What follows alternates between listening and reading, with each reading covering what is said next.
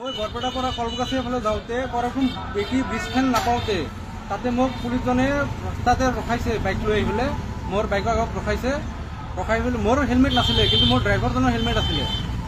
মোক ৰখাই পেলাই অলপ ছাইডত আনিছে, ছাইডত লৈ পেলাই কৈ আছে কি মোক পইচা দি নহ'লে মই তোৰ বাইক উঠি লৈ মই থানাত ল'ম।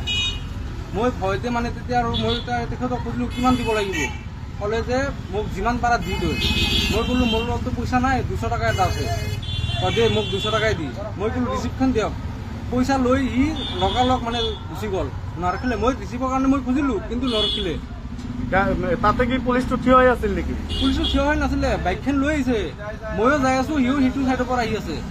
আহি পেলাই মোৰ আগত ৰখাই দিছে ডাইৰেক্টলি। মোৰ ড্ৰাইভাৰজনে ঘপককৈ ৰখাই দিছে, নহ'লে এক্সিডেণ্ট হৈ গ'ল। পুলিচৰ নামটো নিশ্চয় মনত নাই, যদি গাড়ীৰ নাম্বাৰটো মই ভয়তে নামটো চোৱা নাই, কিন্তু আপোনাৰ গাড়ীৰ নাম্বাৰ প্লেটটো চাইছিলোঁ, AS 15884683 নাম্বাৰ। কি বাইক আছিল?